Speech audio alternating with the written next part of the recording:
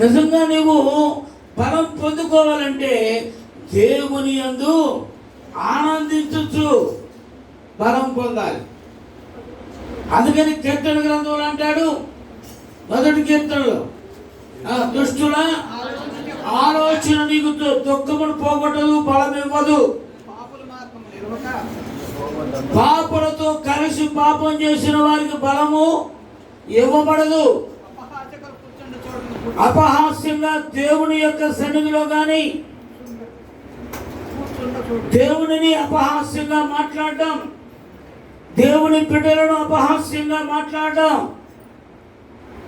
దేవుని బిడ్డలను చిన్న చూపు చూడడం, ఇవన్నీ దుఃఖకరమైనటువంటి విషయాలు. ఇవన్నీ దుష్టుని యొక్క కార్యాలు. కానీ ఎప్పుడు మనం ఆనందం పొందుకుంటామంటే ఈ మూడింటి నుంచి మనము దూరమైనప్పుడు. ఏ మూడు?